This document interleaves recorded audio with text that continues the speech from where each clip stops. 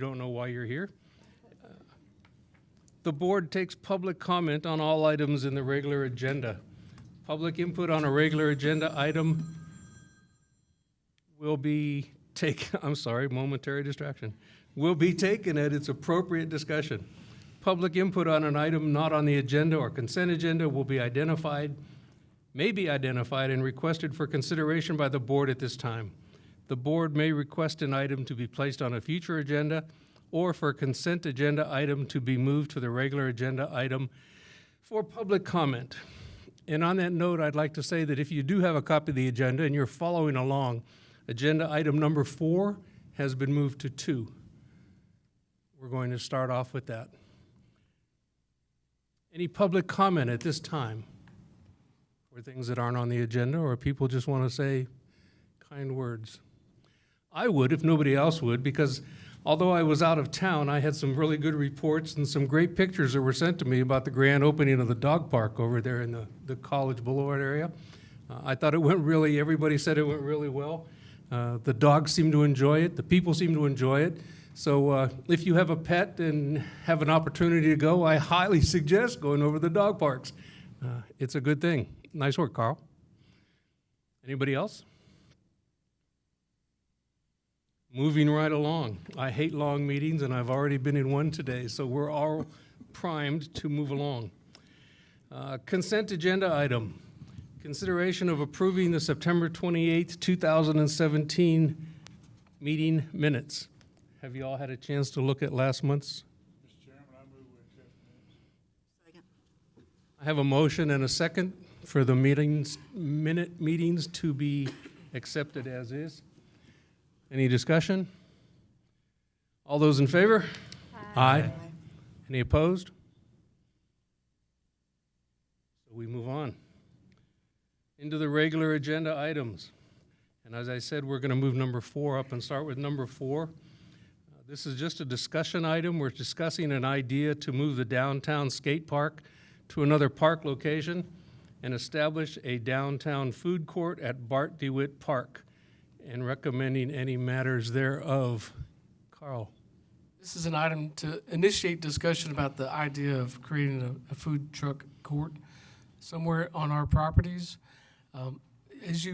Those who've been around a while, we've talked about trying to create one at the Bosque on the north side by the concession. We did create that space, but in hindsight, we probably should have developed it more differently to push the golf course over a little bit to create an open area on the west end where the food trucks could get out and in easier. It's really logistically difficult to get in standard sized trucks into that tight little spot. So, but for events, we are able to bring in some smaller food trucks, carts and all. So it does work. It just doesn't work as well as we had hoped it would work. So in the meantime, the last few years, we've been hearing from the community. We've been seeing other communities have food truck courts. You can all think of the different cities, even Abilene and Wichita Falls have them now. It's not always something that a city, a parks and recreation department gets involved in. Oftentimes, it's really just a private area that the food truck vendors come together, develop, and create. But I keep hearing from the public. I hear from the vendors about the desire to find someplace in proximity to downtown or the river or in the area south of the river to try to create a food truck court. And so I've been trying to think about possibilities how we could help facilitate that. So we really just want to start a discussion. The caption is written so you can make a recommendation. You don't have to make a recommendation. I really just want to know, is this an idea that you want us to pursue? And it is. We'll also look at some other places, not just the skate park. So as you know, the skate park, the first skate park, the downtown skate park, is down at Bart DeWitt Park near the YMCA by the Boy Scout headquarters along the river. The skate park there, it's a modular skate park. We built it in 2003 with the help of Mayor Lawn. And at the time, yes, we did not have a skate park. And there were skaters skating downtown. And so Mayor Lawn, in his creativity, We sold the old Neff's Amusement Park train for the money to buy the elements for the skate park and develop the skate park in 2003. It's worked out really well since then. The only reason why I kind of thought about this as a possible location is that we have seen the use of the skate park decline over the last 4 to 5 years. You do see people use it, but not to the extent that we saw in the first 10 years. And if we do an idea like this, we're not getting rid of the skate park. We would just relocate it to another place, which would give another neighborhood an opportunity to use it. We do have another skate park on the north side of town at Kirby Community Park. It's a concrete skate park. And you have a map for reference when we talk about some of the different parks. So we went through a thought process. If we wanted to free up that location to create a food truck court, where could we move the skate park? I won't go through all of these, but you see that we went through a thought process, try to locate different parks where that had courts, concrete slabs, and different facilities that would accommodate a skate park. So we looked at Middle Creek Park, Glenmore Park, MLK. We even looked at the pool, Bell Park, Brentwood, Brown, Lakeview, Mountain View, and Kirby Park adjacent to the existing skate park. We thought about maybe adding a slab at the youth sports practice complex, the 29th Street complex. Adding a slab at the South Concho Park. So we've narrowed it down to Padron Park. And I'll show you the finalists in our thought process. One was South Concho Park. There's an asphalt court there now. It's not in shape that could accommodate the skate park, but if we built a concrete slab there, the skate park could be placed there. It's far away enough from homes, but it doesn't have restrooms. We'd have to add porta potties at that location. It does have some parking. It doesn't have lighting.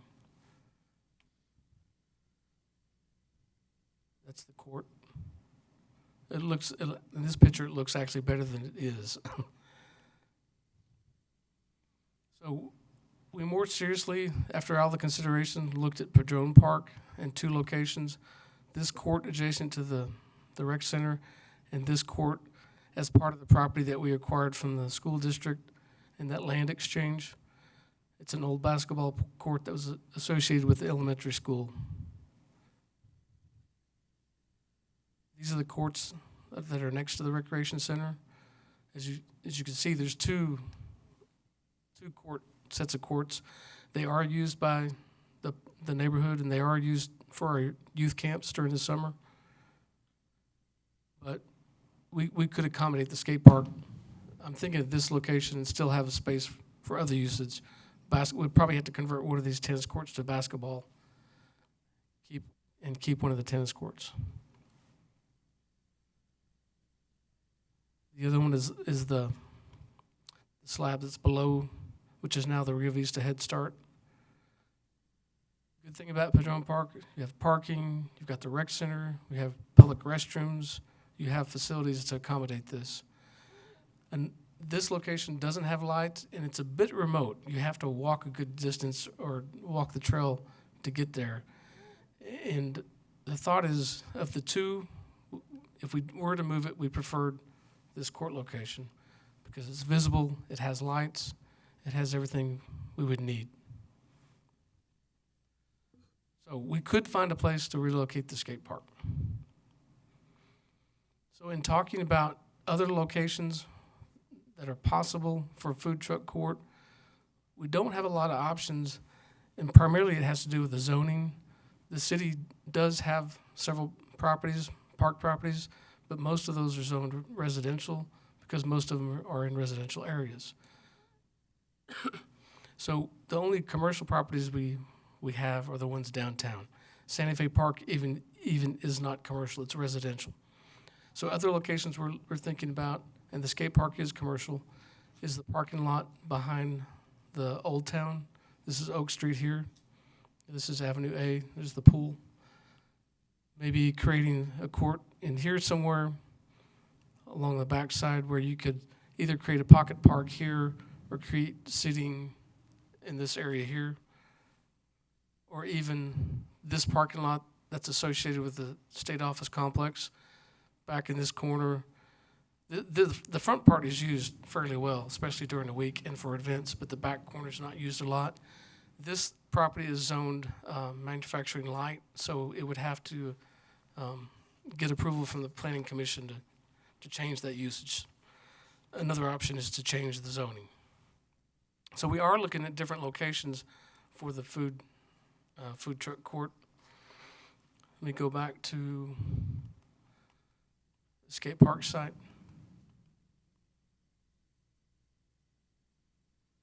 So with some of the concerns with food truck courts is whether you have a commissary or not, and a commissary is basically a place that has restrooms for the employees, a place to wash hands, a mop sink, sinks for hot and cold running water, and a dumpster. A dumpster could be placed on the property. We used to have one at this location. We could keep the porta potties there for public use. I have talked to the director of the Boy Scout headquarters. He's open to the possibility of using one of his rooms on this side of the building that could be converted to a commissary. If you don't have a commissary at a food truck court, the food trucks can only remain in place for 3 days, and then they have to vacate. If you do have a commissary, they can stay in place but have to vacate once a year to do like maintenance and cleaning. So I'm trying to think if that's all the points I wanted to bring up. This location is great. It's on the river. It's got the trail. It's near the bosque. It's got parking. It potentially could have a commissary. My thought is if the food truck vendors wanted to do this, we would need to see we'd want to have an agreement so it shows commitments on both ends. And I think they would need to come up to do some of the improvements in terms of utilities and creation of the commissary at their expense. And whatever organization the food truck court has, they would have to have a separate agreement with the Boy Scouts to use part of their building, which we lease to them. It would be a sublease. So we wanted to start the discussion and dialogue about, do we want to get involved in this? And if so, this is how we could make it work.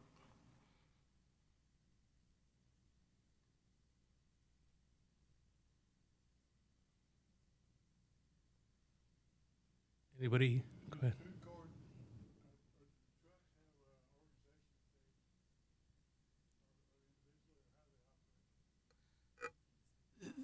There's several food truck vendors here, and I think they do have a representative. They could probably speak best to that. I do think they are organized to some extent. Do y'all have a general spokesman, or are you organized to that point? Please come forward.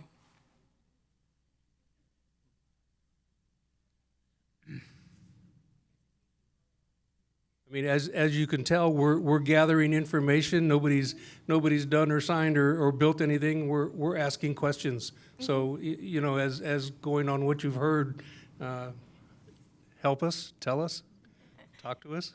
Well, I don't want to claim that I represent. Please all tell of us the who you food. are first. I'm Marla Ferguson. I own Chinchorro Taco.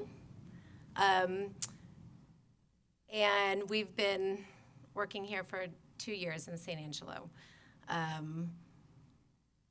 think the reason most of the food truck owners are here is because we've definitely wanted something like this. And there's been a couple of the owners, myself included, Adrian, who have looked into creating something like this. I think the concern is, as was stated with the bosque, however it was put together, it was not somebody who knew anything about food trucks. So I think the concern is that what's going to happen again? Are we going to be put in a position where it's going to be overpriced, not utilized well? You know, how is it going to benefit us? I think that if we could be vocal in it, in the planning, how it's best used, some sort of either co-op or some way that we can all benefit from it instead of just kind of being used as the food trucks. So we haven't collectively come together. We kind of talk and we do work events together. I do think it's important that we probably create a food truck association here so we can protect ourselves and make sure that we're all on the same page with everything. So we're kind of the same way. We all found out about this yesterday just by word of mouth, and we're all just here to find out what the plans were and what you guys were discussing. So We have talked about the food truck thing, as Carl indicated, for a couple of years. I mean, I've been on here 4 years now, and we've talked to it throughout that time, especially as the Bosque came closer and closer to creation. But as you pointed out, we're not particularly food truck vendors, and although the intention was good, it didn't turn out the way that we thought it would. And it does still have some limited use and can be used. But this was just an idea that came about. I really, there's no particular rhyme nor reason this came up, other than the fact that it's a piece of property and we thought maybe we could put it to something better. well, I think there's probably maybe another couple of people that might want to say something. I think it's important that since we're all here, that after this, that we all get together and maybe it could be, a separate meeting or something that, everyone can kind of put their 2 cents in. So if anybody I think else. I would like to see that if y'all Sure. would, if you all could. I think it would help us in our planning and decision if you all had 1 or 2 people that's spoke for the group, sort of help us manage our meetings and control what goes on. Yes. If you can align yourselves to that kind of a group and come and see us and help us work our way through this, I think that would benefit us all as we try to figure out if we can do this. This is a really nice piece of property, and granted, I mean, we've got a lot of city council approval and all other kind of methods that we have to do now to move the skateboard park into somewhere else before we can even consider, rehoming it into a food truck thing. We've got a long way to go that way first. I'd still like to pursue it and chase it down. Y'all speak, please. I'm tired of it. I don't mean to hog all the mic. I agree with what Don says. I just have a question for you. Do you know how many food trucks there are in town now and how many there were 2 years ago? Because I think that it has increased. Oh, it's definitely increased. When we started 2 years ago, I would say there were 3 or 4. Now I would say and they keep popping up. I see them pop up. I don't even know some of the people, so I would say more like 10. But, they're, like I said, I'm not even sure who they are or where they are, but it is definitely increasing. It's not something that's going away, for sure. Yeah, and do you have an idea who the clientele is? What kind of category of people are the visitors of San Angelo looking for food trucks? I would say from my personal experience, because we're all set up so differently and in different places, everyone's kind of found their place that works for them. My personal experience, we set up with breweries which do not serve food.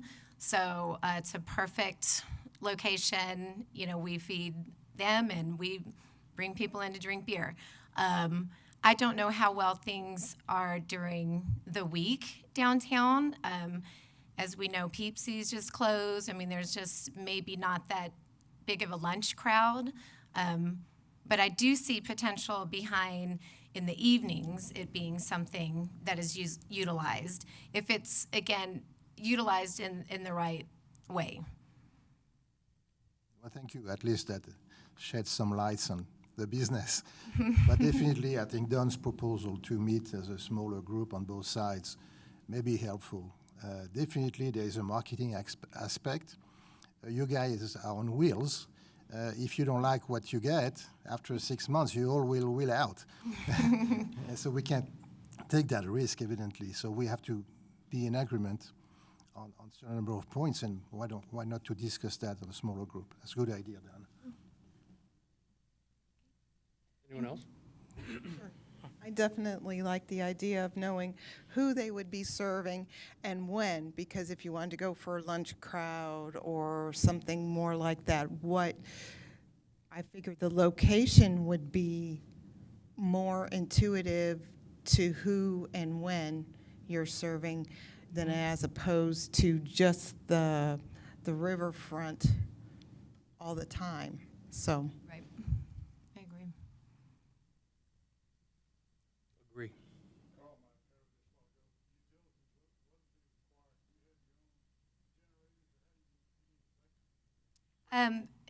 Most vendors would need electric, yes. I mean, people have generators, but obviously we prefer to use electricity. So the food truck parks that I've seen, there's usually, an electric post that everyone can plug into. Right. We did that at the Bosque, and the more formalized food truck courts that I've seen, like in Austin, each vendor has a water supply and electrical supply.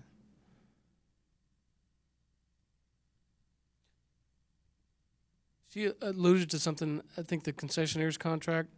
We redid the concessionaire's contract. We added in the Bosque, but this property, he does not have exclusive right to sell food and drink at this location. Only he does have the exclusive right to sell alcohol. That would be the only consideration. So if it's just food and drink, he doesn't have the exclusive right to sell here. It could be a separate standalone arrangement agreement. And I think I heard why if that on that property he would be exclusive to the alcohol sales. Because that's his in his agreement. That's the whole reason I wanted to come about. Oh, my name is Adrian Soto. I'm the owner of Senior Chang's.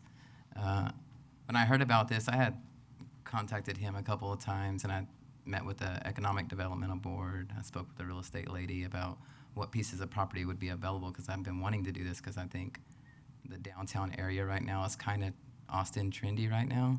And Austin has a huge food truck community, and Angelo's food truck community is growing and growing, and I think we're close to 15, 20 right now. But when I initially wanted to do a food truck park, it was because I was coming onto the scene and I was trying to, make a name for my business. And a lot of the opportunities that we have are held through the city concessionaire.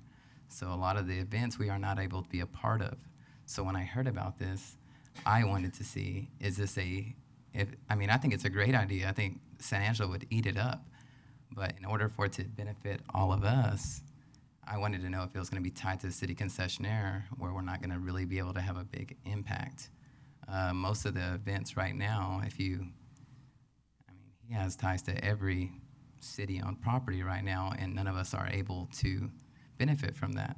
So when I was watching the city council meeting a couple weeks ago, I saw that you had, I'm not sure if it was, I'm not saying it's y'all, but $725,000 to concession stand area. And I was like, wow, if you put $725,000 into a venue for us, we could actually increase sales tax, and it wouldn't just go for one business. It could help 20 small businesses grow. And so that's where my passion is. My passion is I want to help us all grow, and I want it to be fair for everybody. And I don't believe that we need to continue looking out for one business. And I know that this is just my opinion. If we were to do a food truck park, I do think if you go to the food truck festival, we would have filled up that parking lot way easy. And I'm not sure you might have a lot of people parking along the side of the street. I'm not sure that would even be big enough for what we've been able to accomplish when we actually come together. We're talking a festival. Right. But I'm saying if we're not going to run this every day, I think I have ideas of how I think it should be ran, and maybe that should be done in a closed discussion. But I think we could do very, very, very well if we were to come together and make the right concept. But I do think it needs a real commissary. I believe the health inspector would be a great person to speak with as well. Like with the food truck community, how are we going to make sure that it's safe for all the people?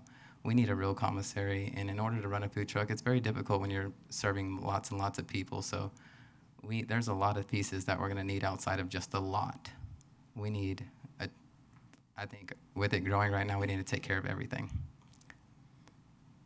So I just my 2 think, cents. just on listening, I think what I'm hearing is that, frankly, you all need to talk more than we need to talk.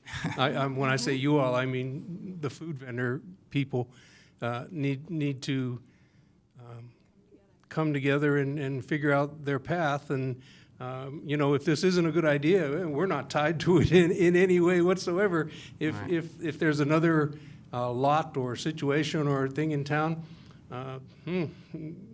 we'd probably support you more as however we could and move along with the park in some other direction. In as far as the concessionaires agreement, that's a contract with the city. Right. I understand. I just didn't know if that was going to be tied to this new Yeah, thing. unfortunately, Well, in if it goes through us, it's tied to that contract. Even if money was coming out of our pocket to help. Yep, afraid so. With this property is, it really only affects the alcohol, the sale of alcohol. Okay. That is true. It does only affect alcoholic beverage sales, nothing else. But it does that. There's nothing we can do about that. The bottom line is we've been hearing the public want this, and we want it too. And so I was just trying to think about the properties that we have control of that are zoned appropriately that might work. So we really just want to start the discussion to see if we can help make it happen. Okay. I appreciate that. If you've got another location, that's fine. We just want to see it happen. Okay.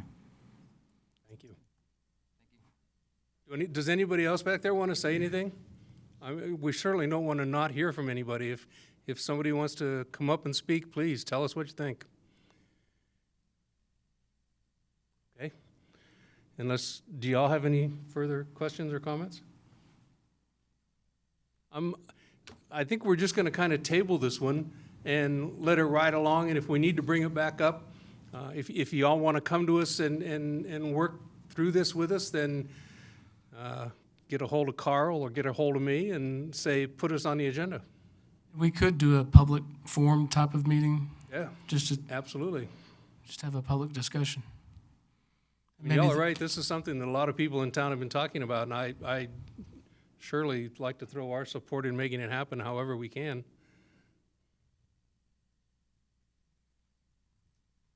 Okay? Everybody good? Good. Carl? I'm good. Let's move on. Thank you all for coming. I really do appreciate your coming, and I appreciate your positions, and you're more than welcome to sit here and listen to the rest of the meeting where we're going to talk about parks and the Lily Garden and other things to do with San Angelo's parks.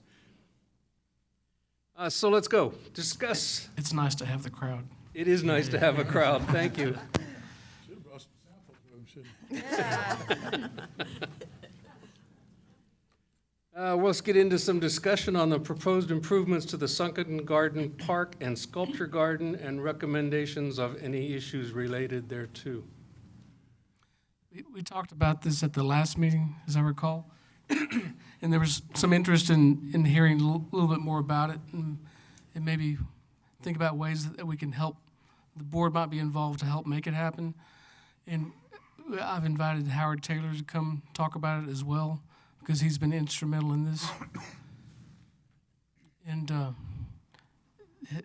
have we presented these improvements before? Have you seen these? Okay. So these are the general improvements that we're talking about. I think Harold will also talk a bit about them. Walkway connections, parking, entrances, improved lighting, a connection to the river. And in terms of the budget, we estimate the improvements to be about $700,000, depending on what we do, and there's some options there. And I can turn it over to Howard. Brian, can we get the presentation?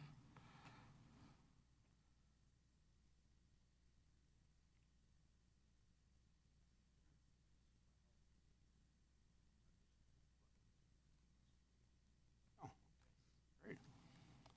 thank you for this opportunity to be here. I have something here. This is not a bribe, but it maybe is germane to what I'll say. I'll just give you each a copy.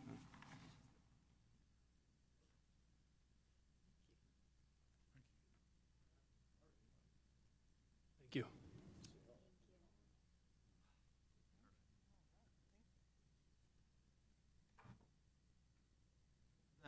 Doesn't have anything directly to do with what I'm about to say, but indirectly, I think you'll see what I'd like to tell you.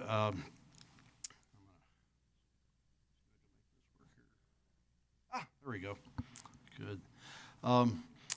By the way, just thinking about this image, this was the first public building in San Angelo designed to face the river, and literally face the river. You can see the windows, the rooftop deck, and I'm happy to say that others have followed the visitor center. But from the very beginning of the museum, we really wanted to have a major sculpture garden. And this is interesting because in communities all over America, this is more than a trend because it goes back for quite a long time. But in recent years, there has been a massive trend, and this is in downtown Chicago, and in an area where probably the land where they developed this, the city did, and in one of the most dynamic communities in America, and absolutely prime property that probably is worth billions of dollars for development, the city and the community and business community came together to create a major public sculpture garden that now is attracting multi-millions of people annually. And this is occurring all over America, but it's happening overwhelmingly in just the major cities in this country. But it's beginning to take root in Texas as well, but again in the major cities, Houston, Dallas, places like that. And this is a recent article in Texas Highways about this phenomenon. This is an example in Seattle. This was an old rail yard on the waterfront, and it could have been, once again, developed as prime real estate for office and so forth, but they developed this, and it's become one of the most significant attractions in the community. And then back to Chicago. But even in a small town, and I'm happy to say that this did survive the hurricanes. And I was on vacation, by the way, in Port Aransas when all that happened. But Sculpture Garden is there in Rockport, and it's a centerpiece of the community. And there are a number of ways that communities have addressed sculpture gardens. I like this one in Houston because it really has become a place that is for kind of contemplative meetings, a very natural area. Sometimes there are sculptures that have a whimsical nature. This one in Philadelphia, that's about 40 feet tall, and it's now one of the most popular symbols of that community. This is in Minneapolis. We're not suggesting you necessarily see anything like that here. And then very traditional works, too, that are seen throughout the world. This phenomenon in San Angelo, as much as we desired to make a sculpture garden happen, it wasn't going to happen until we really found a patron. And happily that patron came to us, and I think many of you know Richard Salmon. He and his family have been deeply embedded in the business community here for many, many decades. He's the former owner of Wendland Steel and always had a keen interest in sculpture, but he came forward with some members of his family and himself and put up substantial funding to make this happen. And it was very interesting because we debated about places where this could happen, and he strongly advocated for the Sunken Garden Park. And I think you all know that there is a sunken part of the Sunken Garden that is a very popular element of our community, very beautiful. People go there to get wedding pictures and things of that nature.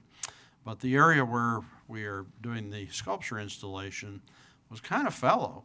It was there, it was kind of pretty if you whizzed by in your automobile, but once you got on the grounds, there were burrs on the ground, there were things, and this is not a negative towards our Parks Department, because I will tell you this, having lived in other communities around, in big and small communities, I think we are very, very fortunate, both with the abundance of parkland we have here, but with the really loving care that we see in our parks. And so I really commend our Parks Department and all y'all.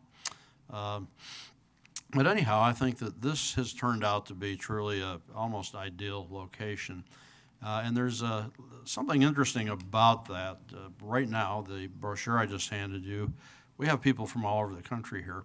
And every time we do, we get remarks and sometimes written comments about the sculpture garden, because this is mainly a major city phenomenon. And to see something of this magnitude in the heart of San Angelo, and I'm happy to say that almost immediately, because we really couldn't tell what the community reaction would be, but Chamber of Commerce, the very first year it went up, they put it all over their cover. It still appears in various literature that they do. It's in marketing materials that the Convention and Visitors Bureau uses.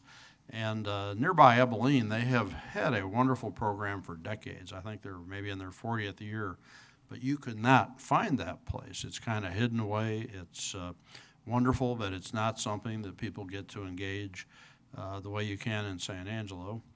And that was my point about people really reacting to this from other places across the country. The other thing about that location, because the highway department estimates more than 1 million vehicles go by there.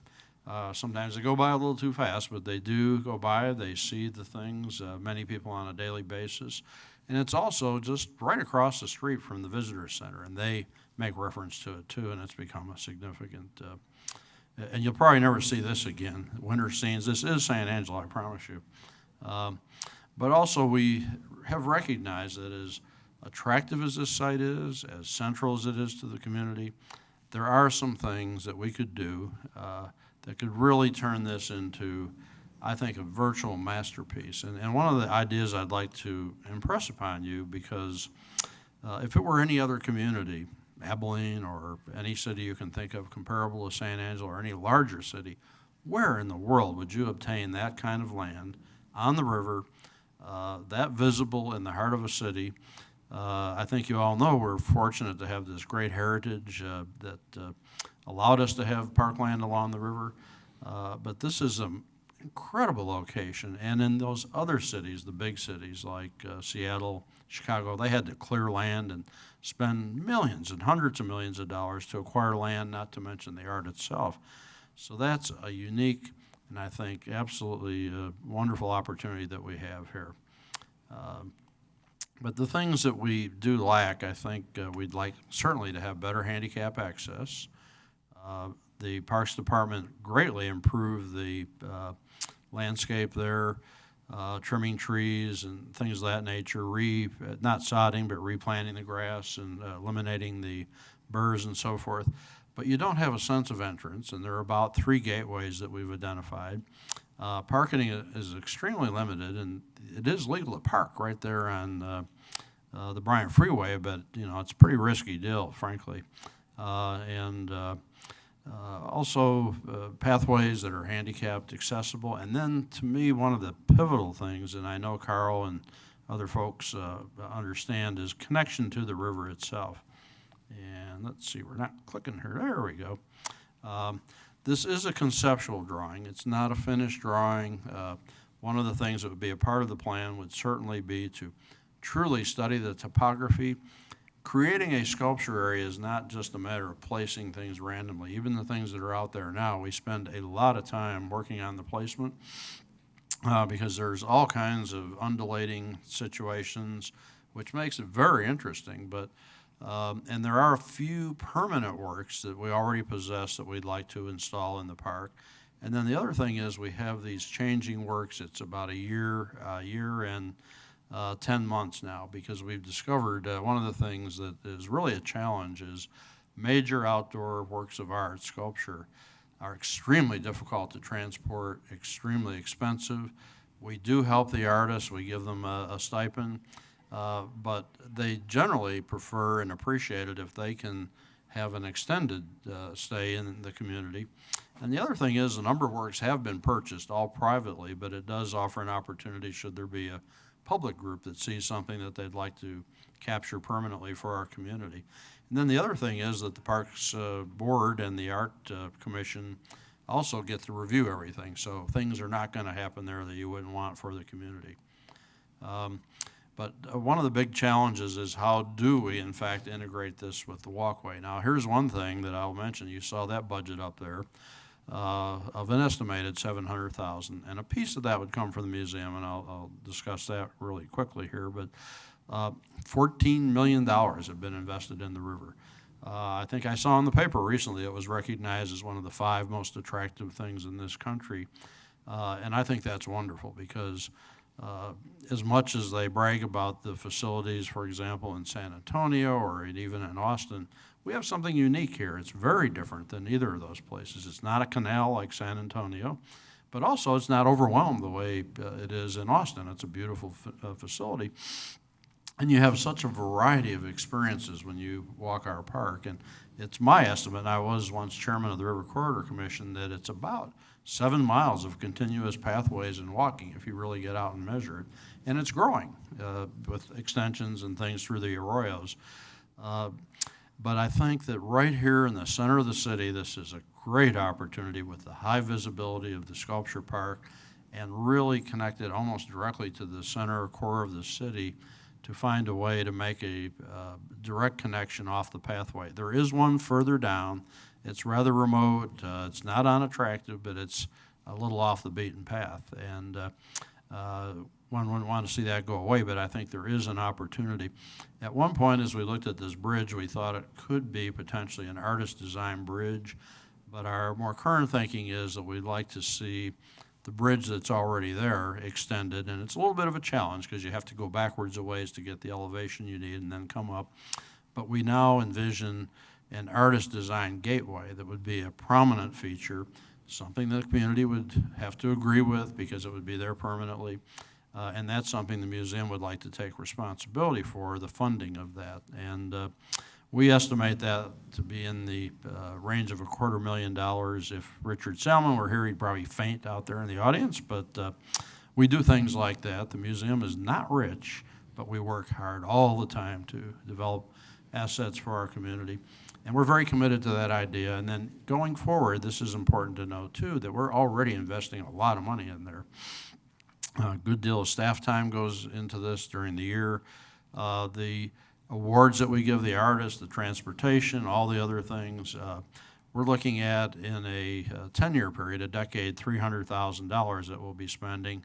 And then I'm suggesting that if we're able to get the funding we're seeking, that another $300,000 in capital expenses. Part of that will be security system, and I'm already getting estimates on that because we're totally improving the security at the museum, and we'll be able to connect directly to that. So anyhow, that's the essence of it. The reason I passed this out is another aspect of this to really contemplate. And this actually happened. We had a writer from Texas Highways here a couple of years ago, and she said, well, the Art Museum is working to make San Angelo the Santa Fe of Texas.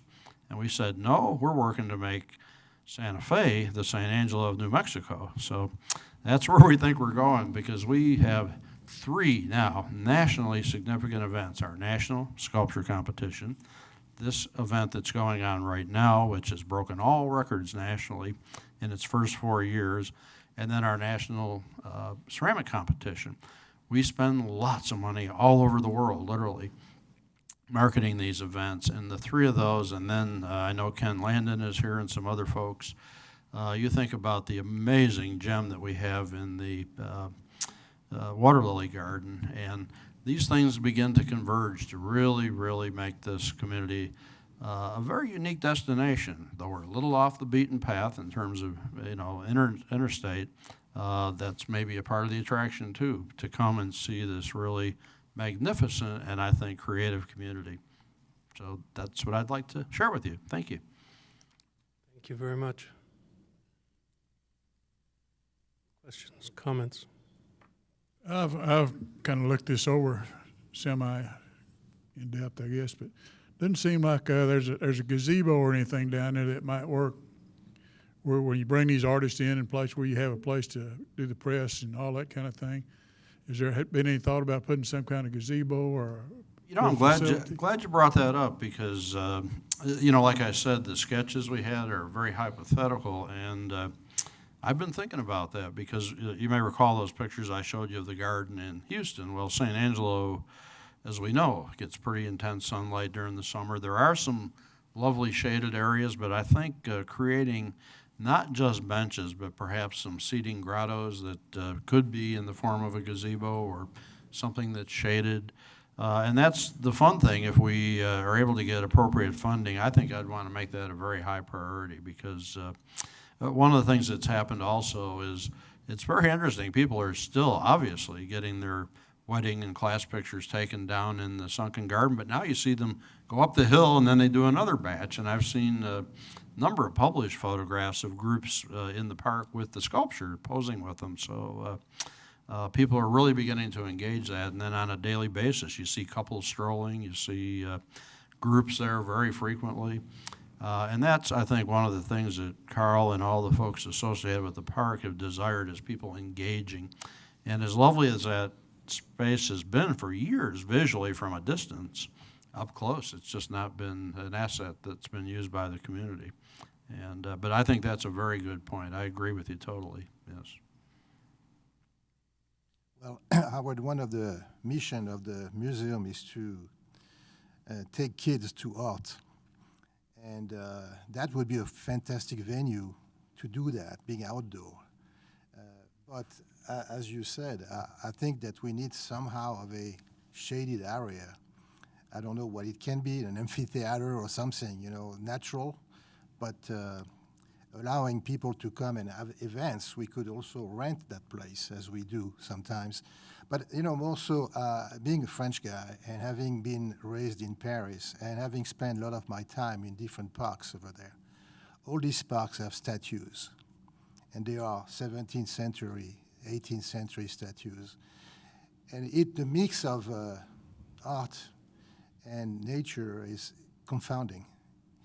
It's, I think, a lot more easy to understand when you see the contrast and at the same time what's similar. So I think that if we can make of that space integral part of the river, we have a winner. And I'm the one who asked that we review this question, because I would like to be involved, and I think it's a fantastic project. For little money, we can get something fantastic.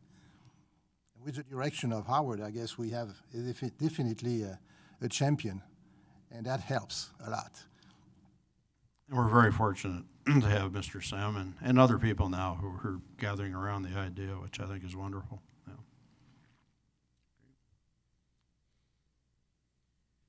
I agree, and I think this is something that when we start looking into our budget process and projects that we want to move into as we go along, I think this is something that we need to, if it's not on that list already, we need to move it into that list and work on finding ways to fund it and make it happen along with you. You may know we have discussed this with the Development Corporation, and we're going back to the meeting in November. They have expressed some interest in helping to support this, and they would also like to see some cooperative effort in terms of funding. If I may say, when we, 2 years ago, put together a list of priorities, very high on the list, they were the river, and everything related to the river. Not only the track along the river. So I think this is already a priority. It's a priority of us. It's a priority of the city, which is good. Hopefully it becomes a priority of the citizens, and we have a winner. So I think we are very close from something that can happen quickly. So I don't know how we, advisory board, can help. I think if you have any influence with the COSA DC, am I politically advocating here? I can get away with it. I don't work for the city. But, you know, a little nudge, because indeed I think there are many wonderful things on the agenda for the city. And I think we can afford to do quite a few of those things too. But I do hope this would be a priority, and because you're going to see something and see it very quickly. And the other thing is, it's a partnership. The museum is not just sticking things there and going away. Our guys have to go down there routinely. We have a pretty high responsibility. We're insuring these things for a lot of money, and we have a high deductible. And we've had a few little things that happen, weather-related and so forth. We've paid for that. That's a part of our budgeting process because even if it isn't covered directly under insurance with the deductible we have, we pay for anything that may occur. So we're paying very close attention to, the good care of this area. And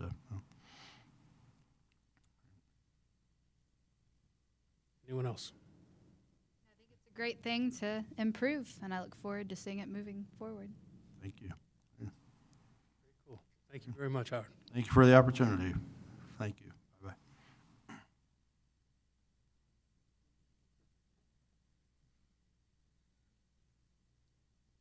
Moving right along, let's talk about the report on the sewer line project that's going in down at Sulphur Springs Park.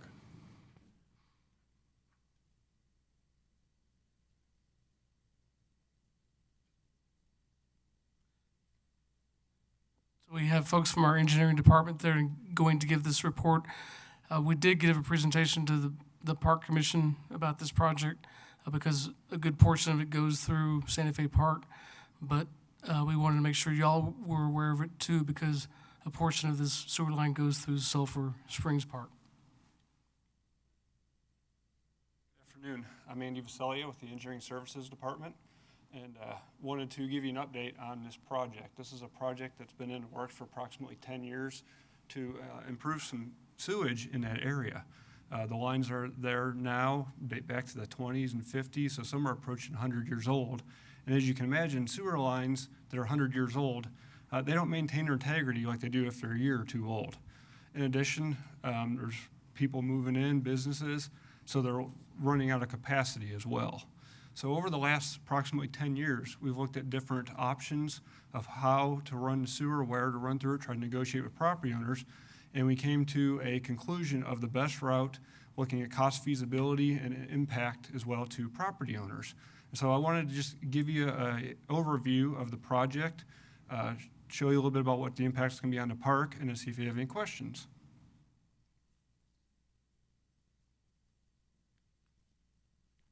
So as you can see here, and it may be a little difficult to see, there's three different colors of lines. You have the black, the red, and the cyan or the light blue.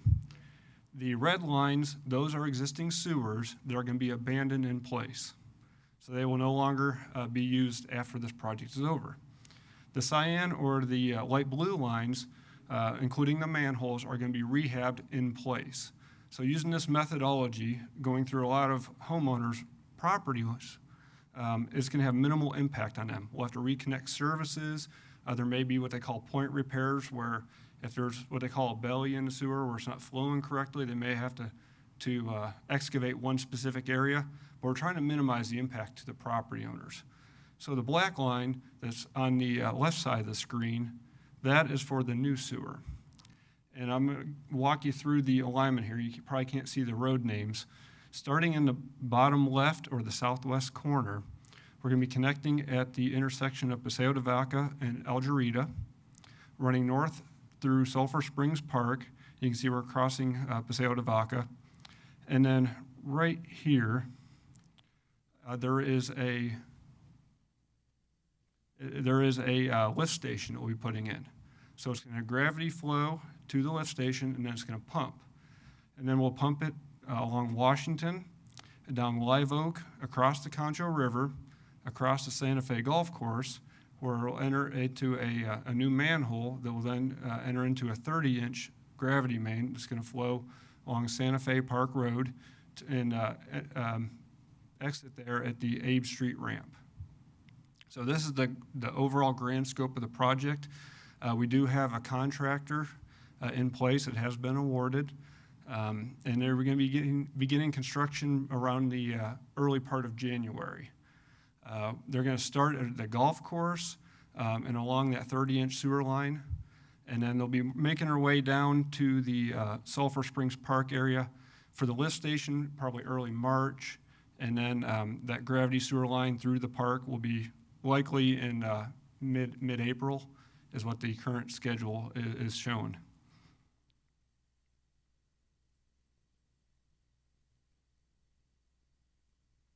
So here's a zoomed-in view of the alignment through the park.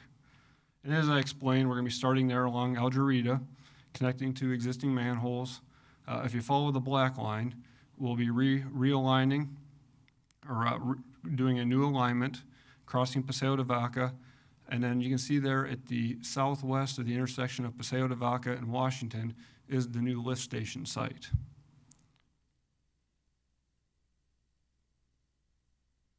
So here's a zoomed-in view of the site plan for the lift station site.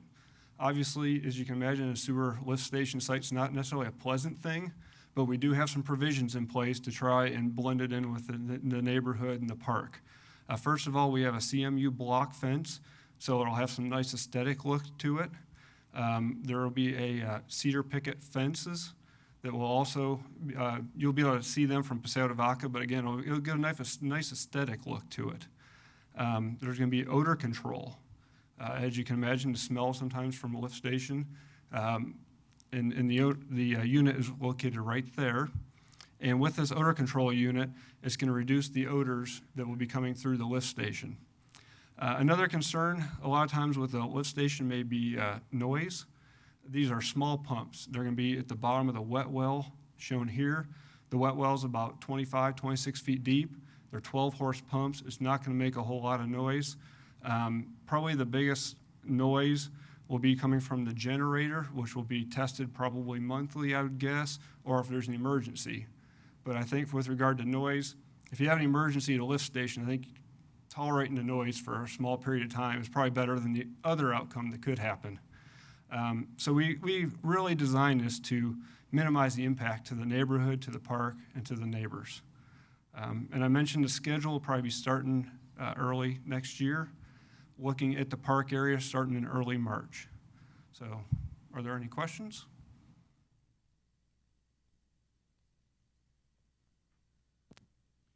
I'm not an engineer by any means, but I'm just curious, so I'm going to ask you anyway.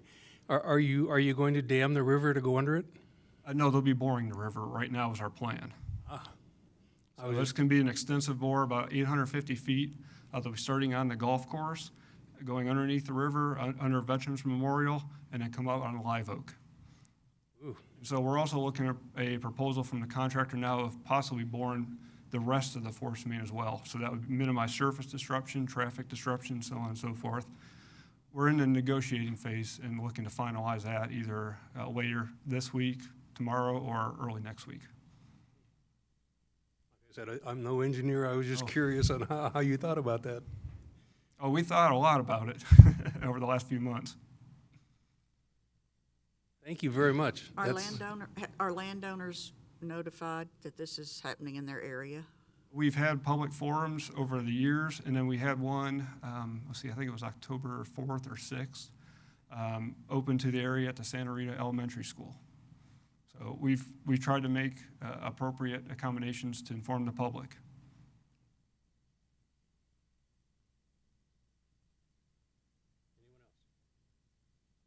Thank you very much. Appreciate it. Good luck with that. That's a large project. Just getting underneath the river should be exciting. Moving on. Thank you for that.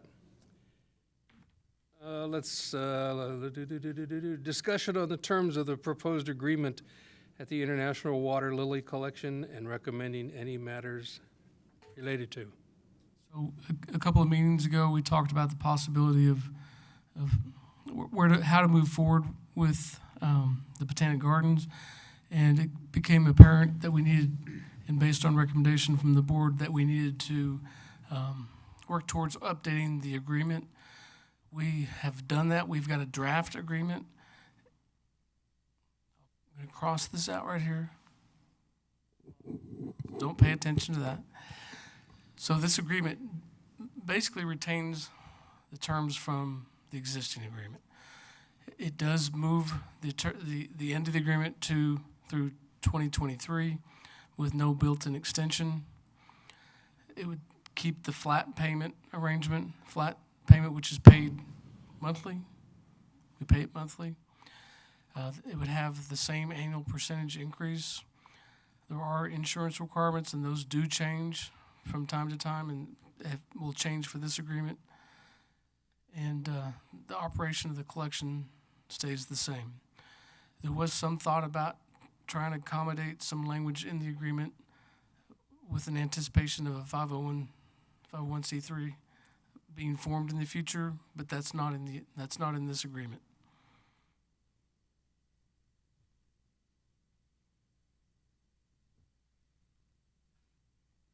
We'd like a discussion and a recommendation.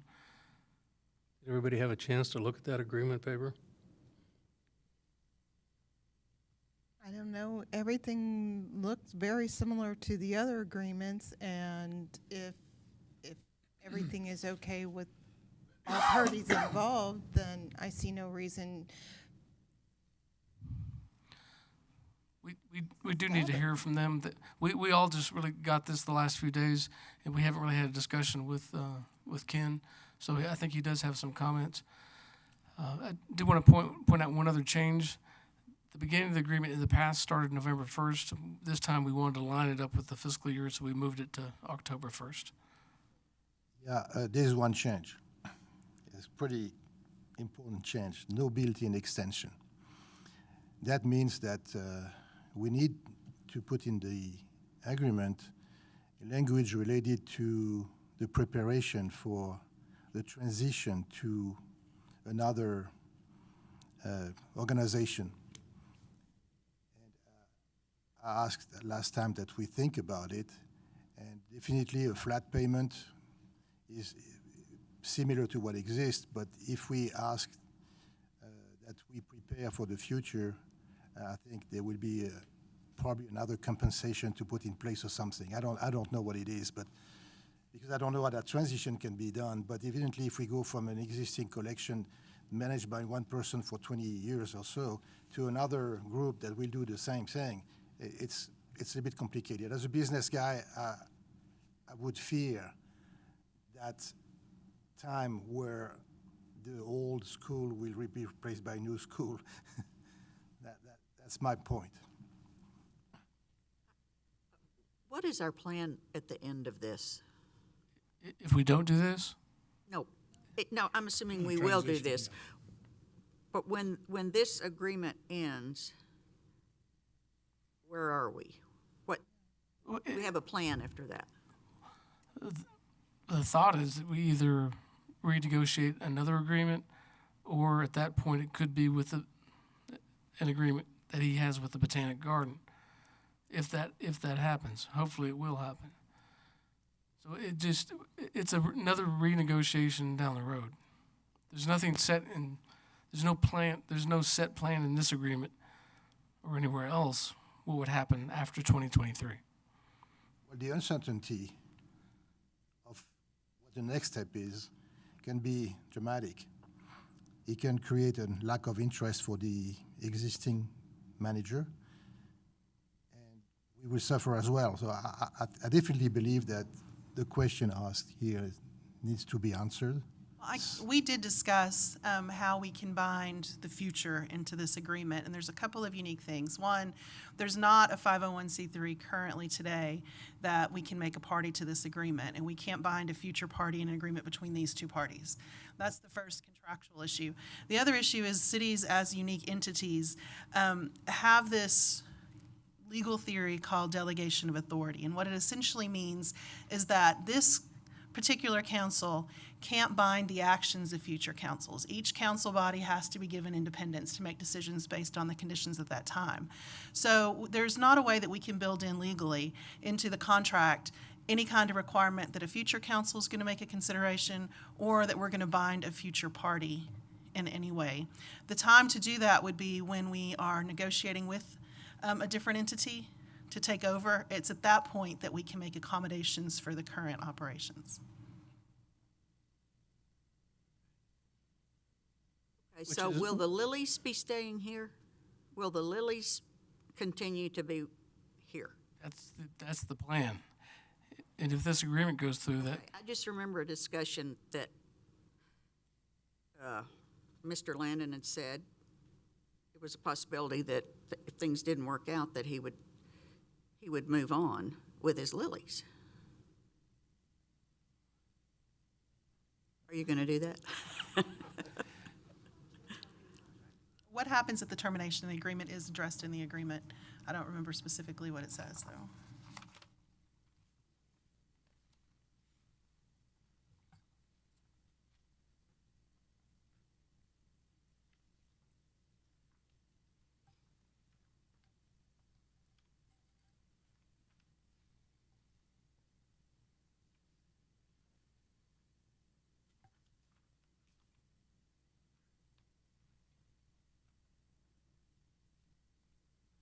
You guys don't wait on me. You can continue talking. I'll look and interrupt when I'm ready. Are there other questions? The existing agreement does have clauses for termination for either party, and I don't think those have changed. She's trying to find it now.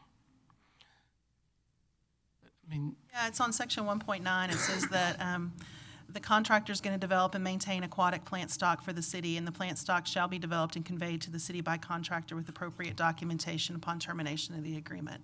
So upon termination of the agreement, the plants will be given to us. I mean, the issue is, do we have anybody with experience to maintain and care for them?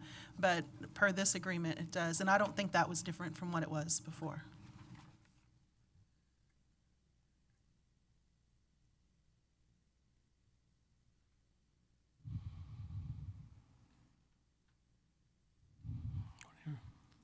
Shall we invite Ken to come up and say a few words? Tell us what he thinks. Ken, talk to us.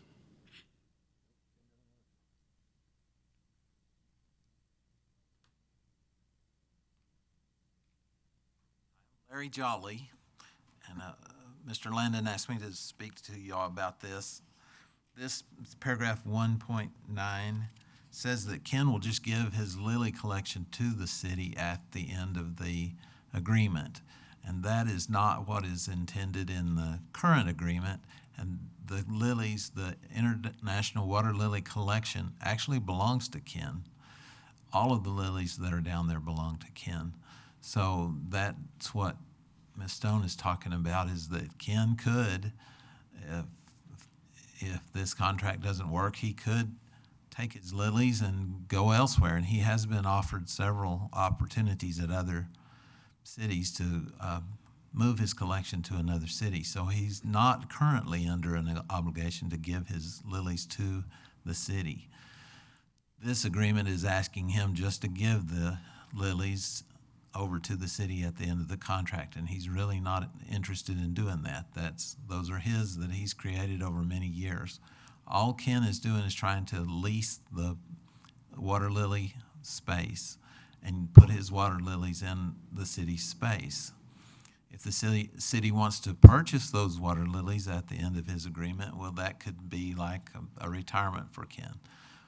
Maybe, but if Ken decided that he wanted to sell at that point. So that really needs to be addressed carefully. And the other thing is that is not in this agreement. We've talked many times about putting a greenhouse down there for Ken. And that's never been done. It's very difficult for Ken right now because he does have a greenhouse at his farm that's about 15 miles out in the country. There's not a greenhouse there at the park, and there should be a greenhouse there. He's also got a storage building down there that has been broken into 8 times since he's been down there, and all of his stuff is stolen out of that. A better, stronger facility for his tools and equipment would seem to me like that would be a much wiser way to handle, because the collection is enjoyed by everybody in the city, but Ken can't hardly do his work because everything's stolen every once in a while. So a greenhouse would be, if we're going to continue to have the water lily collection, then in the future we probably need to start getting some interns down there, some people that could take over and that maybe even the city needs to pay those people, but to help Ken. Or if they were interns from the college, they could come for free to learn what they were doing, but then with the intention that they could take over the park later. And they are not going to want to work the way that Ken is working. I don't know anybody that does want to work that hard. He works extremely hard down there. And then to also provide his own greenhouse I don't think the next contractor is going to want to do that.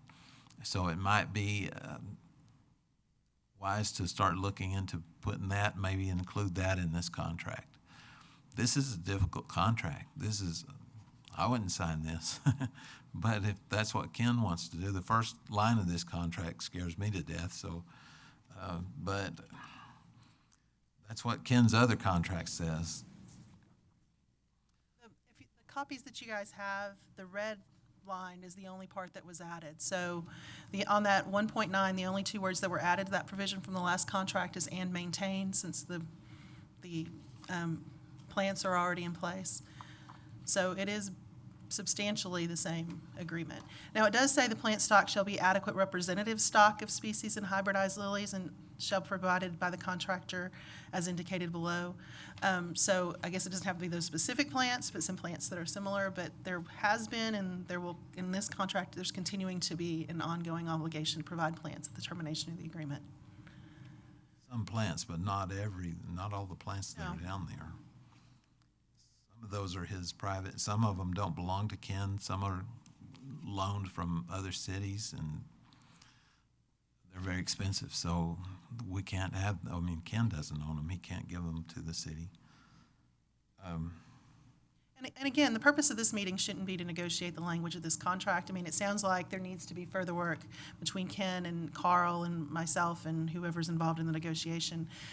I guess for your decision-making today is whether or not you feel prepared to recommend a contract to City Council so we can move it forward to that point, or would you prefer to bring back? I mean, it's, in my world, kind of highly unusual for a board to consider the language of a contract, more just the concept of a contract is what I would want you to give us direction on.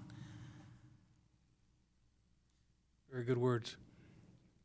That is good. And I guess I'll throw a monkey wrench into this a little bit, and we're not here, none of us are here forever. What if something happens between now and the 5 years of this term? I don't see that in here. Does your estate have plans, or what do we do? What if he's an something independent happens? contractor, so you don't have an estate plan for that. So that's why I'm encouraging y'all to consider an intern or something for the future for this Lily Park, because he's an independent contractor as far as this is concerned. So is it addressed in here, Carl, anywhere? What? What happens if he ceases to exist? No, it's just, we'll look at that. can't hear you. There will be somebody that will take over responsibility for his estate, and that'll include contractual obligations such as this. And we would negotiate with that party what they want to happen, whether it gets turned over to the city or somebody steps into the place. I mean, that's one of those things that unfortunately does come up every once in a while, and you just handle it at that time. I've not ever seen a contract that addresses that kind of situation in its language. Well, the only reason I was thinking about it is because who are you going to deal with on these lilies? Somebody's going Somebody's going to step up, and it's going to be somebody in the estate. That was another thought for the Botanic Garden.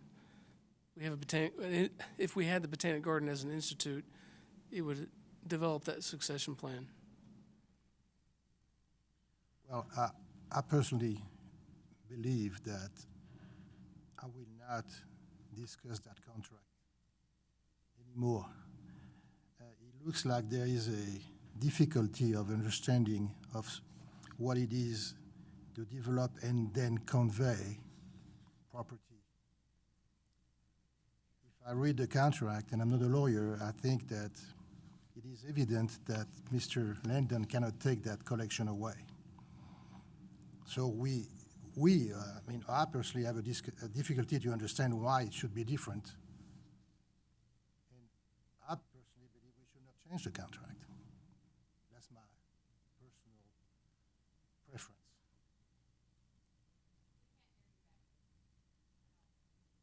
I just said that I'm against changing the terms of the contract.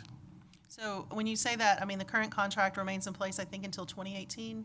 So you wouldn't do an extension on the contract? That's basically what this does. If the terms of 1.9 change. Oh, okay. okay. Also, Carl also mentioned that the insurance requirements are going up. Ken has to pay those, but this contract doesn't provide for an increase in Ken's money. In other words, he's still getting the same amount of money, although he's required to pay more for insurance over the next few years. So that needs to be adjusted, I'm afraid. That's part of the 2.5% annual increase. He does get a 2.5% annual increase under the existing agreement. Is that enough to And cover what the is proposed? insurance increases? That's a cost of living increase. I mean, again, I think that's one of those contract negotiations that probably should take place outside of a public meeting. I agree. I'm Conceptually, afraid are I we agree. okay? agree with that. That kind of contract negotiation is between y'all and we our want risk manager who's to, not we here, want to so- see a finished product that both parties agree to, and Yeah. we'll work from there. It's not me, it's between Ken's Right. attorney and, Pointing around you, I'm good sorry. job. It just sounds to me like there needs to be a lot more talking between the parties, and then Yeah. when everybody's happy, come to us so that we can make it happen for Well, I the guess from parties. my Thank you. perspective, as we go into continued discussions, is the board generally okay with extending the term of Ken's contract? 'Cause that's really what we're doing. The details will work out. Yeah, I but- want to keep it here. I don't for think sure. anybody's against that. Yes. Okay, thank you very much. Thank you.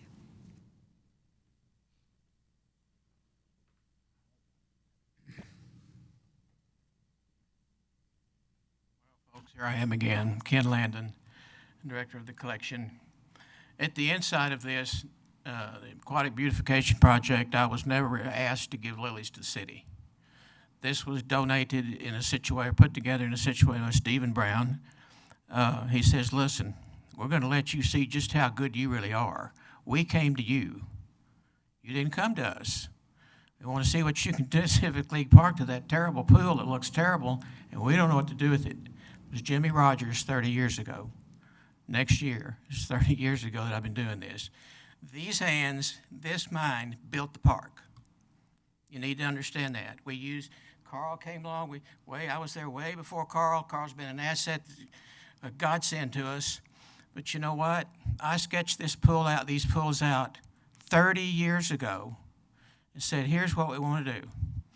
Don Abel said, you're in charge, you make it happen. If it don't work, you're mud, and we're out of here. But if it works, then we're going to make this, we're going to pay you to do this. First of all, I worked for 12 years for nothing. I didn't get any money. I had to make it happen, and the Council of Garden Clubs, Irene Meitzen back here, were the sponsors that initiated this, and this is all history, and you can read it, it's everywhere. What I'm asking for here, what we're asking for, not really me per se, but other people are wanting to go forward on this. The International Water Lily Collection is the only entity in the city of San Angelo or Texas that are internationally known for. There are about 20,000, according to the Chamber of Commerce, about 25,000 people that are followers in the city. And that's pretty good. But you know what, really, what we're really noted for is the international prowess that we have here. The collection is second to none. Why is it second to none? I happen to have the largest lily collection in the world, and I live here. So that's why the city came to me and said, hey, if you live here, bud, see, I was a curator of the University of Texas collection. And then they said, okay, you've gone over the world and found all this. We've got this going. We've got the herbarium material. The collection is yours. And I ended up here in San Angelo. I was born here, but I've lived everywhere. So anyway, that's kind of how that originated with the city. I would be glad to give things to the city because this is my town. I've been asked to go to many places. Epcot wanted to pay me $200,000 to do this there. I told them, you got to put the fence up if you want me to do that because the lilies are Waldorf salad. That's to these animals that live on the river, and that's why we have fencing here. I mean, we're on the river. We have the International Waterland and Water Gardening Society coming here for their annual symposium. Guys, they don't go to cities unless there's 6 or 7 or 8 million. They're coming to San Angelo. They came here in 2010. That was unprecedented and unheard of. They're coming again. They're coming again because of the kind of stuff that I show. And that's just it. Now, in the contract, and I'm working with Carl to try to get this to work for all of us, There are pools that are down there that I contract. The people know who I am worldwide. I'm an international superstar when it comes to lilies. I'm sorry, but I just am. So what's going to happen is I've got lilies in pool number 3, for example, that are intersubgenerics. For 500 years, mankind's tried to make a cross between a tropical and a hardy lily so they'd have blue hardies. Hardy lilies only come, that's the kind that are perennial in the primary basin that is down at the park now, the big 125 by 25 foot pool. Okay? Those lilies only come in red, white, and yellow. Man's always wanted blue and purple. Me and 3 other guys figured it out after people that couldn't do it. And I mean, we just said, hey, look, we're going to do this. They're down there. The pool number 3 in our city, in your park, holds the largest collection of intersubgeneric hybrids in the world. And it's because of what we do. So I'm bringing the symposium back next year. My situation here on the contract, it's about to be gone in 2019. Give us 5 more years and we're going to go forward with the project and make this a superstar again for another 5. That's kind of what we're just talking about. I'm not getting or asking for any more money, but it's going to take a little bit. Here's a situation with a city that they never did because they dropped the ball on this one. 12 years ago, they were going to build a tropical greenhouse. What the city offers me now for greenhouse material here in the city is really just a holding situation from my farm, which I have a greenhouse as big as this building, to grow these things in because I had to build it to do what I said I would do. I'm kind of different than most people. I shake a hand with a man and I say, I'm going to do it. And I did it. And I didn't only did it, I did it better than anybody else. So in that case, I'm your favorite son for doing what we do for our city. And that's what I'm going to do. I've been asked to put another IWC collection, and that's a registered trademark, in Dallas or outside of Dallas. They said, well, can you do that? And I said, yeah, I can pick it up and do it. But you know what? The test case, the one that everybody comes to see, is us. My devotion is to us, you guys and me, and the city, and those that follow. So the continuation of the contract is just to give you another 5 years of me. That's what we're doing here. And making sure, because nobody can compete with me. The first line of the contract, if you read it, it has to be a premier collection sanctioned by the IWGS, which is the International Water Lily Society, which is the controlling entity of the genus Nymphea, water lilies. That's what they do. They've got to approve this. Do they ever come and approve it? Yeah, they do. Say, Ken, looks really good this year. A pat on the back, and I'm glad they're gone. But anyway, they're coming back, folks, and we're going to have something that's really good for them to see.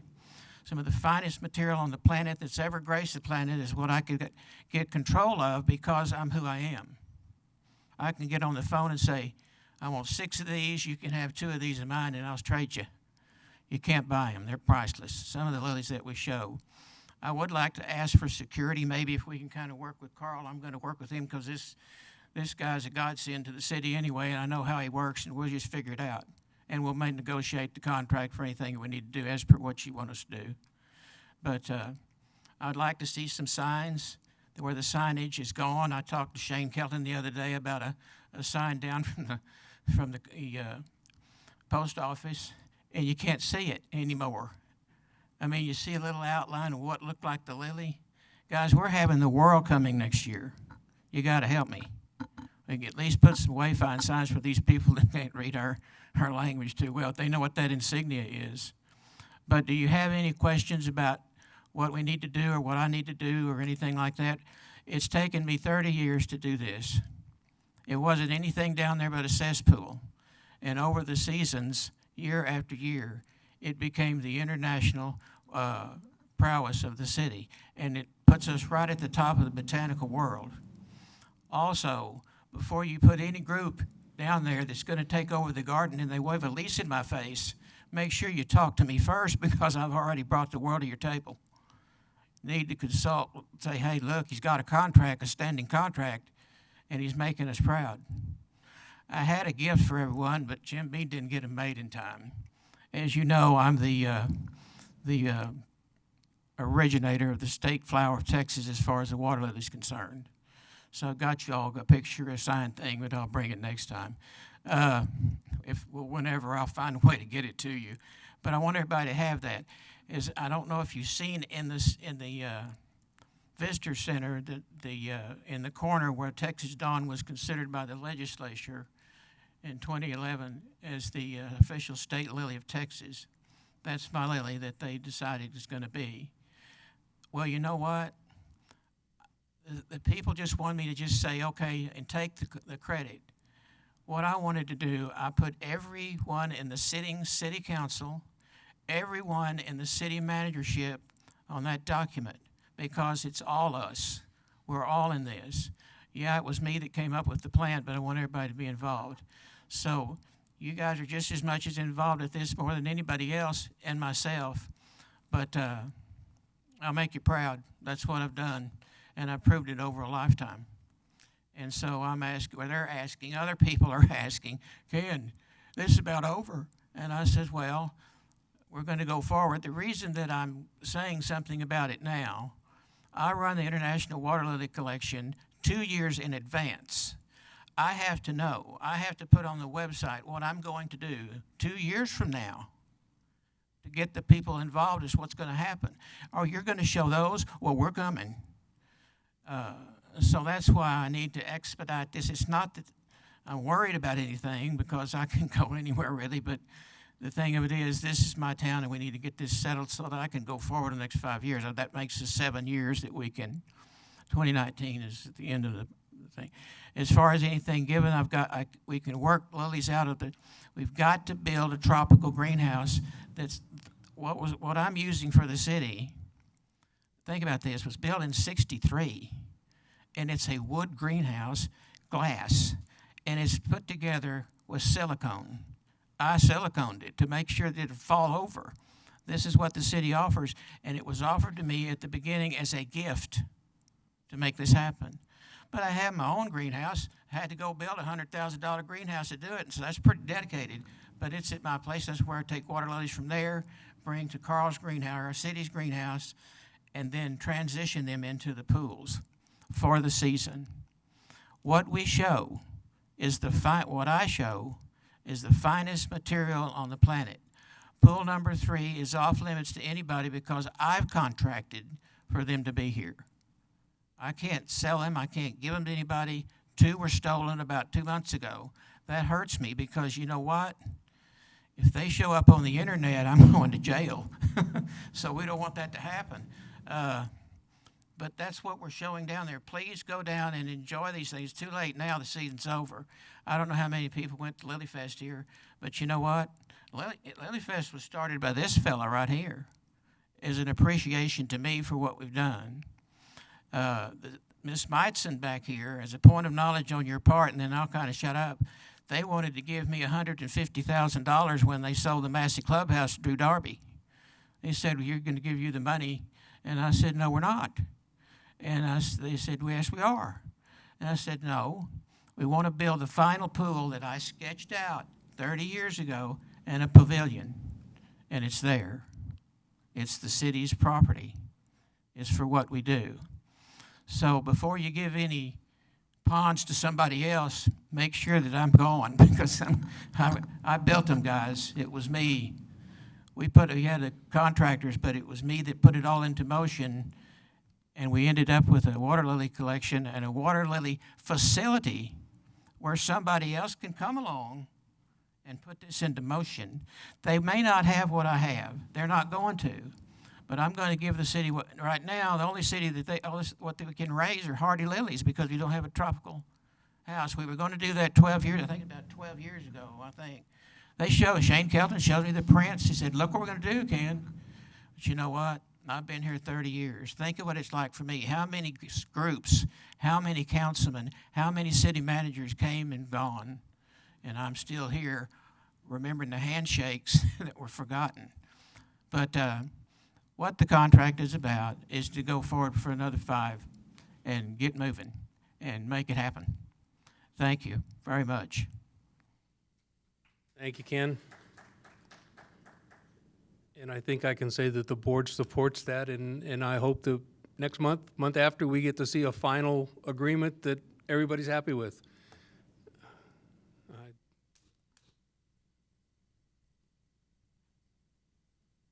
Last item on the agenda.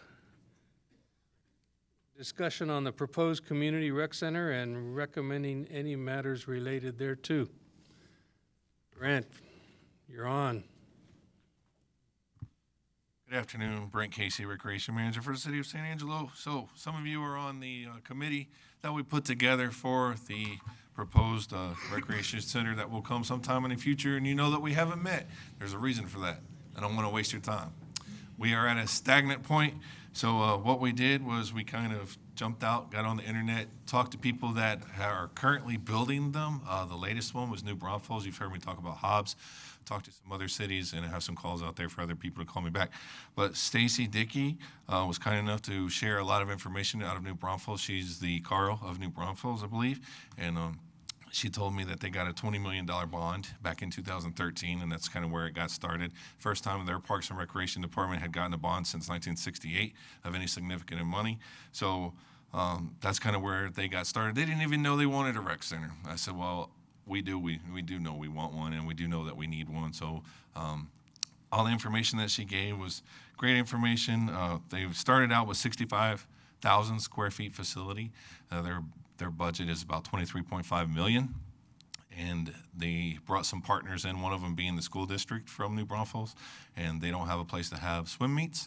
So they added the pool, which brought it up to 75,000 square feet, and added a competition pool in there so that they can partner with them. They also partnered with Right, I added that slide. It shows. so that's actually the outside of their building, and then the layout of what their building is going to be. It's scheduled to open in May of 2018. So here is the bond that they kept, the $15,692,000 from the $20 million to go into this, and then the IDC and the ISD is where they got some of the money, and they're partnering with them, and then $200,000 for the demolition. Available bond proposition contingencies were $627,000 for them. So a total of just over 23.5 million is what they were looking at. So that's all well and good. It doesn't really have much to do with us, but she kind of gave us some guidance, which we need to find the partners, which is something that the committee has talked about in the past. So understanding that we need to find the partners, Carl and I, we did receive some information about the YMCA had the same plan as we had, and they were going to build a huge facility, basically same as what I've brought to you guys in the past. So Carl and I decided to take the initiative, go over and talk to the YMCA, sat down and talked to AJ over there, who's now in charge, and came up with the idea of maybe we should try to work together, because both of us understand that this is a need for the city of San Angelo, not just the YMCA, not just the city recreation department. So we're going to meet with him more in the future. This was just last week. I believe that we actually talked with AJ, so we're going to meet more in the future with him, and then we also discussed briefly about getting you guys together with their board and having an open conversation that way.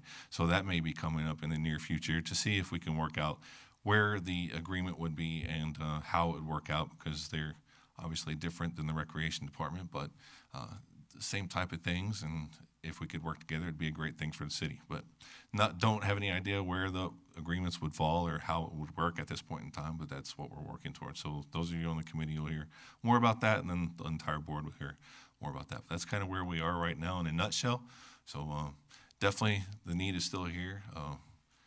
Definitely need it years ago, not 20 or 30 years into the future. But any questions or comments? No, but I actually think that's sort of a good news report. Yes. Actually, it points us in a direction and gives us a way to explore to go, and I think that's what we've been looking for. So I think we should chase it down and ride it out as long as we can, see where it takes us. If I remember well, when you met with Foundation, San Angelo Foundation, you got the idea that maybe YMCA would be not a partner, but maybe an opponent to such a project. And I believe that by teaming up, we definitely will eliminate that possibility, but we also can probably provide much better service to the community altogether. So I welcome that 1,000 times. And what they do have plans to do currently is not a whole facility. They are planning to build another building, but it's for their after school care program. That's grown immensely for them. So that's what their plans are currently, is what he informed us of. So, but more to come on the partnership and things like that. So. Very good. Any other questions? Thank you, sir. Thank you. Consideration for future agenda items. Anybody? I don't know if it'll be on the contract negotiations. I don't know that we should say a month or just say y'all come back to us when you got something that's solid and ready to go with. It's really mostly policy issues that are remaining, not legal ones, so it's going to be up to Carl. But we just figured this out last week that we were going to do a contract, right? And so we've gotten on it pretty quickly so far.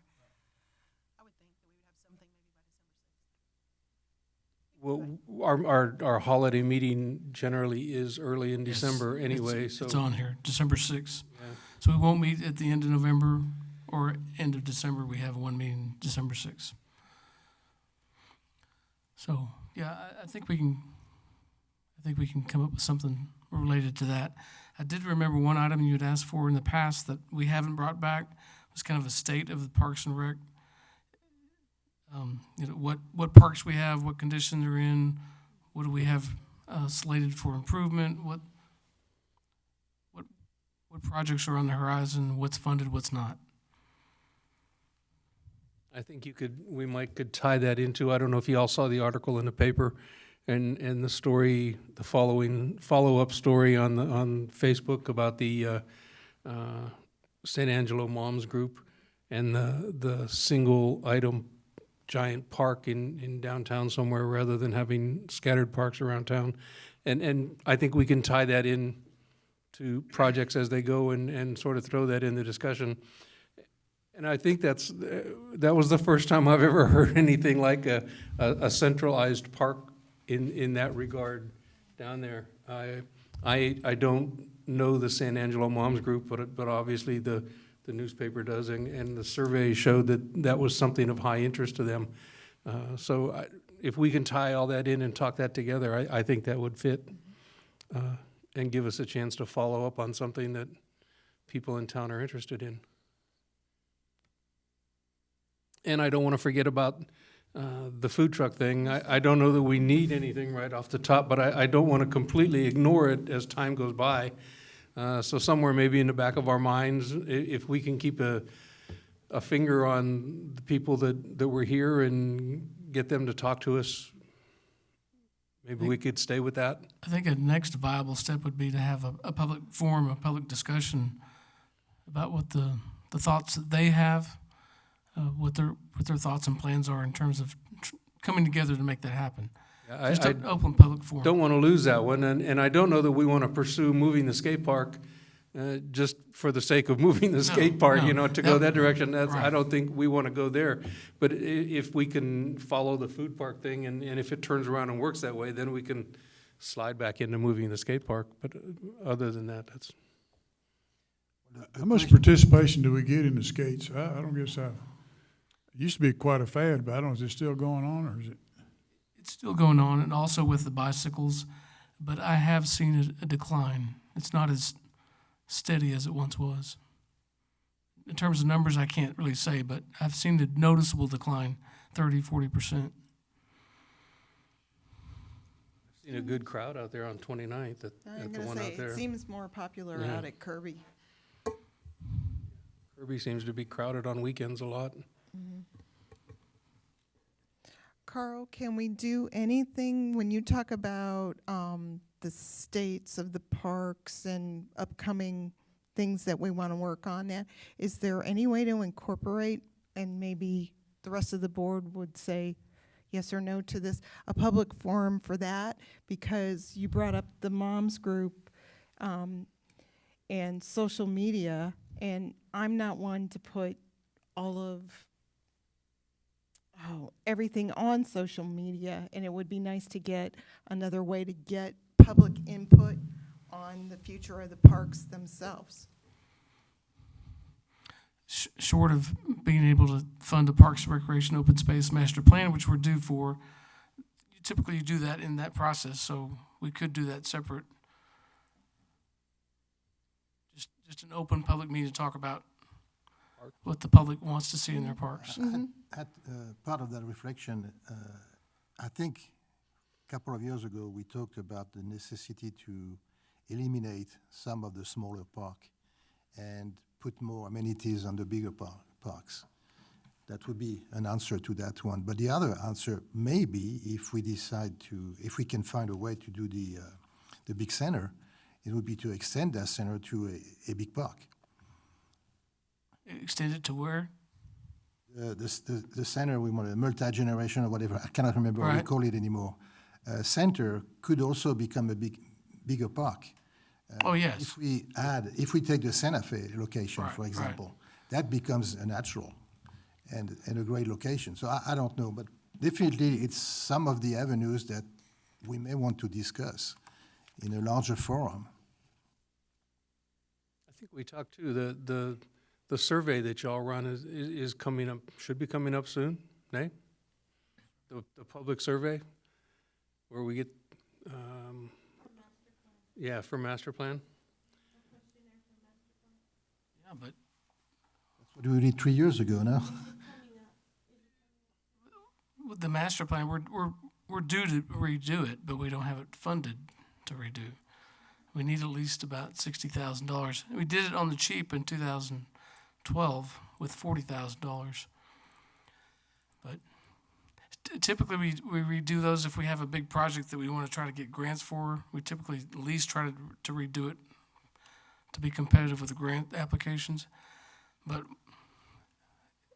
ideally, professionally, we want to have a master plan that's current every 5 years. If that's the survey you're talking about. Yes. We could do a survey outside of having a master plan and just kind of do our own in-house, but not quite as extensive. We could talk about that. Okay. Anything else? In that case, I'll entertain an adjournment. Motion.